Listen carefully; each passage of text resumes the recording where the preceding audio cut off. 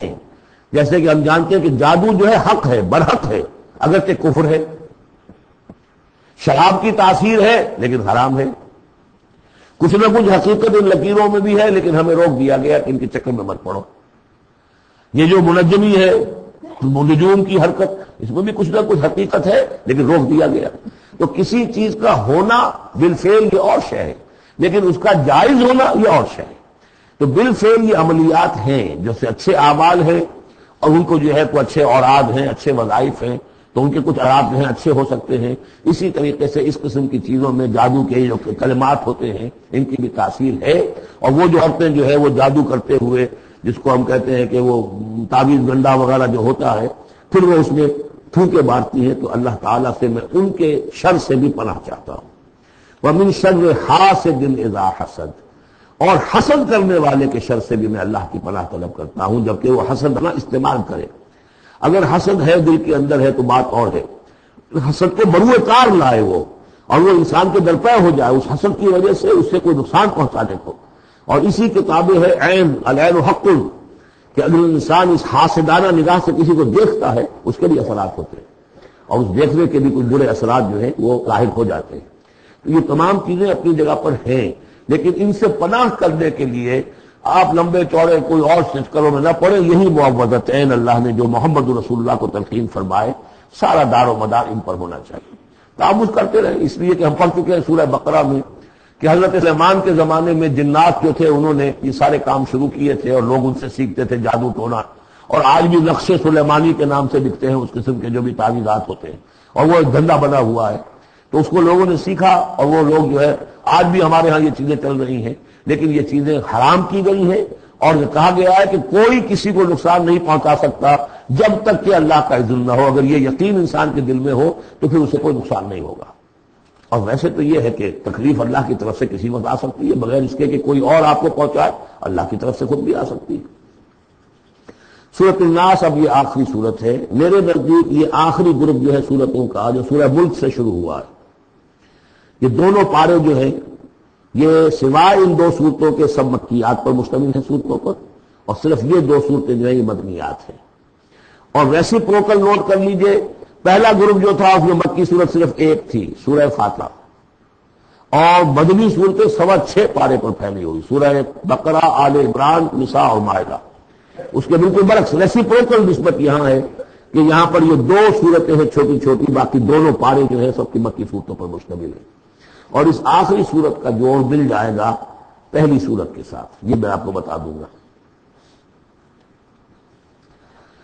بسم اللہ الرحمن الرحیم. قل اعوذ برب الناس، کہیے کہ میں پناہ میں آتا ہوں جو تمام انسانوں کا رب ہے اس کی پناہ میں. ملک الناس، صرف رب ہی نہیں ہے، بادشاہ ہے، تمام انسانوں کا بادشاہ ہے. الہ الناس، تمام انسانوں کا معبود ہے. من شر الوسواس الخناس، اس وسوسہ کرنے والے خناس کی جو پیچھے چھپ جاتا ہے. الذی یوسوس فی صدور الناس، جو لوگوں کے سینوں میں وسوسہ اندازی کرتا ہے، اس کے شر سے پناہ مانگتا ہوں. یہ جو شیطان لعین ہے جس کے بارے میں آتا ہے کہ ان الشیطان یجری من الانسان مجری الدم، حضور کی حدیث ہے یہ شیطان کو اس طریقے سے انسان کے وجود میں سرایت کر جاتا ہے جیسے کہ خون سرایت کر رہا ہے. یہ شیطان جو ہے، اور یہ آپ وہ بھی پڑھ چکے ہیں، وَلَقَدْ خَلَقْنَا الْإِنسَانَ وَنَعْلَمُ مَا تُوَسْوِسُ بِهِ نَفْسُهُ، ہم نے انسان کو بنایا، ہم جانتے ہیں کہ اس کا نفس امارہ جو ہے، اد اور لبیڈو، اس کو اندر وسوسہ اندازی کرتا رہتا ہے. تو شیطان کو بھی کوئی اور اختیار حاصل نہیں ہے. ہمارے اپنے سفلی داعیات، ہمارے جو اینیمل انسٹنکٹس ہیں، ہماری جو خواہشات ہیں، شہوات ہیں، ان کو وہ بھڑکاتا ہے. جس کے لیے حدیث میں آتا ہے کہ اس کی تھوتنی جو ہے وہ زمین جو وہ دل کے اوپر ٹکا کر پھونکے مارنی شروع کرتا ہے تاکہ وہ شہوت میں اشتعال پیدا ہو جائے اور سفلی جذبات میں اشتعال پیدا ہو جائے. یہ اس کی اس کو اللہ تعالیٰ نے طاقت دی ہے. یہ ہے وسواس الخناس. اور خناس کیوں کہا؟ اگر آپ ذکر کریں گے لا حول ولا قوت الا باللہ، فوراً بھاگ جائے گا. تو ذکر سے جب دل خالی ہوتا ہے، دل میں اگر اللہ کی یاد نہیں ہے تو شیطان آئے گا، تھوتنی ٹکائے گا اور پھونکے مارے گا. یہ چونکہ شیطان کی یہ ساری ترکیب انسان پر اثر انداز ہوتی ہے اس کے اپنے نفس کے وساطت سے، اندر سے. لہذا اس کے لیے یہ علیحدہ صورت جو ہے وہ قائم کر دی. قل اعوذ برب الناس ملک الناس الہ الناس من شر الوسواس الخناس الذی یوسوس فی صدور الناس من الجنۃ والناس. خواہ وہ جنوں میں سے ہو یا انسانوں میں سے، ان میں وہ وسوسہ اندازی کرتا ہے. اب اس کو جوڑ لیجئے آپ پہلی سورت کے ساتھ. سورہ فاتحہ میں کیا ہے؟ الحمدللہ رب العالمین، قل اعوذ برب الناس، مالک یوم الدین ملک الناس، ایاک نعبد و ایاک نستعین الہ الناس. اس کے بعد کیا ہے؟ ہم آپ سے مدد چاہتے ہیں اہدنا الصراط المستقیم. یہاں اس کے برعکس ہے ہمیں اپنی پناہ میں لے لے. بات تو ایک ہی ہے، ہمیں سیدھی راہ کی ہدایت دے، ہمیں شیطان سے پروٹیکشن عطا کر دے. بات ایک ہی ہے، مضمون بالکل وہی سورہ فاتحہ کا. قل اعوذ برب الناس الحمدللہ رب العالمین الرحمن الرحیم مالک یوم الدین ملک الناس.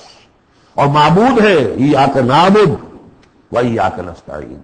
اب ہم نے استعانت مانگی، اب استعاذہ یہ ایک ہی طرح کے الفاظ ہیں. مدد مانگنا، پناہ طلب کرنا، استغاثہ، استعانہ، استمداد، مدد مانگنا، استنصار، نصرت طلب کرنا، باب استفعال کے تمام الفاظ جمع کر دیجئے. تو عبادت، ہم عبادت کرتے ہیں تیری ایاک نعبد، لیکن ہمیں استعانت، تیری مدد چاہیے اس کے لیے. تو معبود ہے، ہم تیری عبادت کا فیصلہ کرتے ہیں لیکن تیری مدد کے محتاج ہیں. اے اللہ ہم تیری عبادت کا وعدہ کرتے ہیں لیکن تیری طرف سے پروٹیکشن چاہیے کہ شیطان کے وسوسوں سے، وسوسہ اندازی سے ہمیں محفوظ کر دے. اس طریقے سے یہ سورہ مبارکہ ایک اعتبار سے مثنیٰ بن جاتی ہے سورہ فاتحہ کا، اور گویا کہ قرآن مجید کی آخری سورت اور پہلی سورت کے مابین ایک مشابہت قائم ہو جاتی ہے.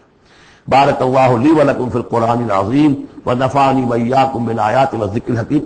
دعائے ختم قرآن ہے، میں اس کا ترجمہ آپ کو بتانا چاہتا ہوں تاکہ آپ جب وہ دعا سنیں گے تو پھر اس کا ترجمہ بھی آپ کے سامنے رہے. یہ اور بڑی اہمیت کے ساتھ اس دعا کو سمجھیے.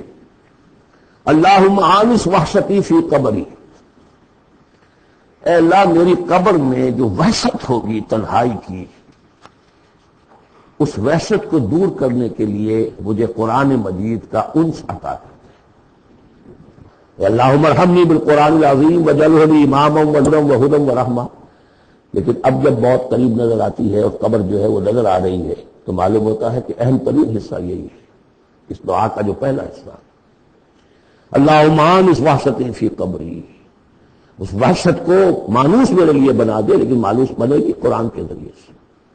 وارحمنی بالقرآن العظیم، مجھ پر رحم فرمائیے اس قرآن عظیم کی بدولت.